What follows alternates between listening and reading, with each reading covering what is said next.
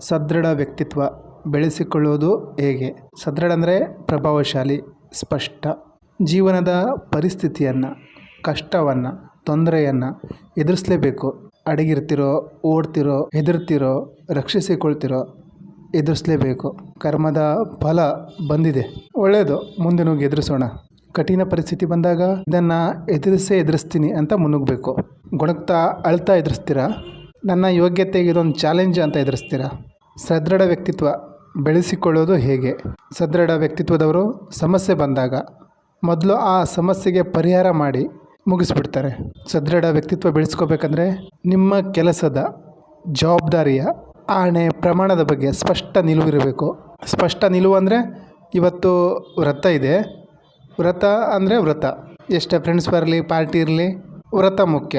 ಅಥವಾ ಇವತ್ತು ಇಷ್ಟು ಗಂಟೆಗೆ ಈ ಕೆಲಸ ಮಾಡಬೇಕು, ಆ ಟೈಮಲ್ಲಿ ಅಲ್ಲಿರಬೇಕು. 11 ಗಂಟೆಗೆ ನಿದ್ದೆ ಮಾಡಬೇಕು, ಆ ಟೈಮಲ್ಲಿ ನಿದ್ದೆಗೆ ಹೋಗಬೇಕು. ಮುಖದಲ್ಲಿ ಯಾವತ್ತೂ ಶಾಂತಿಯ ಭಾವ ಇರಬೇಕು.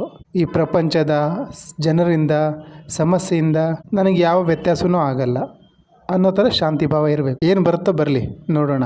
ಒಳಗಡೆ ಏನೋ ದ್ವಂದ್ವ, ಸಂಘರ್ಷ ನಡೀತಾ ಇರಲಿ, ಮುಖದಲ್ಲಿ ಶಾಂತಿ, ಮಂದಹಾಸ ಇರಬೇಕು. ಯಾರು ನಿಮಗೆ ಬೈದ್ರು, ವಾರ್ನಿಂಗ್ ಕೊಟ್ಟರು, ನಿಮ್ಮ ರಿಯಾಕ್ಷನ್ ಮುಗುಳ್ನಾಗೆ ಆಗಿರಬೇಕು. ಯಾವ ರೀತಿ ಅಂದರೆ 2 ವರ್ಷದ ಹುಡುಗ ಬಂದು ನಿಮ್ಮನ್ನು ಎದುರಿಸ್ತಾ ಇದ್ದಾನಂದರೆ ನೀವು ಯಾವ ರೀತಿ ರಿಯಾಕ್ಷನ್ ಕೊಡ್ತೀರೋ ಆ ರೀತಿ.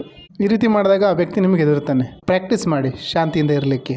ನಿಮಗಿಂತ ಹೆಚ್ಚು ಶ್ರೀಮಂತರು, ಯಶಸ್ವಿ ವ್ಯಕ್ತಿಗಳು ತಾನು ದೊಡ್ಡವ ಅಂತ ನಿಮ್ಮ ಮುಂದೆ ತೋರಿಸ್ಕೊಳ್ತಾ ಇದ್ದರೆ, ನಿಮ್ಮನ್ನು ಕೆಳಮಟ್ಟಕ್ಕೆ ತೋರಿಸ್ತಾ ಇದ್ದರೆ, ಅಂಥವ್ರ ಹತ್ತಿರ ಯಾವ ರೀತಿ ಮಾತಾಡಬೇಕು ಅಂದರೆ ನಾವು ಅವ್ರಿಗಿಂತ ಒಂದು ಪಟ್ಟು ಮೇಲಿದ್ದೀವಿ ಅನ್ನೋ ಥರ. ಅಂದರೆ ಅವ್ರ ಹತ್ರ 100 ಕೋಟಿ ಸಂಪತ್ತಿದೆ ಅಂದರೆ ನಾವು 101 ಕೋಟಿ ಸಂಪತ್ತಿದೆ ಅನ್ನೋ ಥರ ಫೀಲ್ ಮಾಡ್ಕೊಂಡು ಮಾತಾಡಬೇಕು.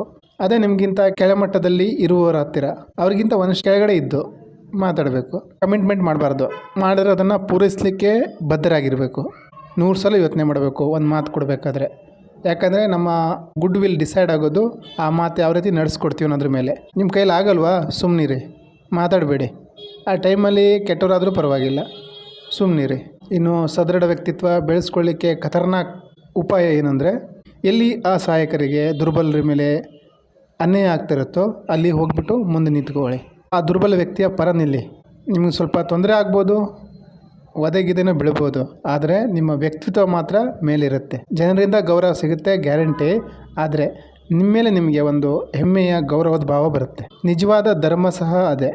ಅಸಹಾಯಕರನ್ನು, ದುರ್ಬಲರನ್ನು, ಜೀವನದ ಹೊಡೆತಕ್ಕೆ ಸಿಕ್ಕಿ ನಲಗಿದವರನ್ನು ರಕ್ಷಣೆ ಮಾಡೋದು, ಕೈಲಾದ ಸಹಾಯ ಮಾಡೋದು.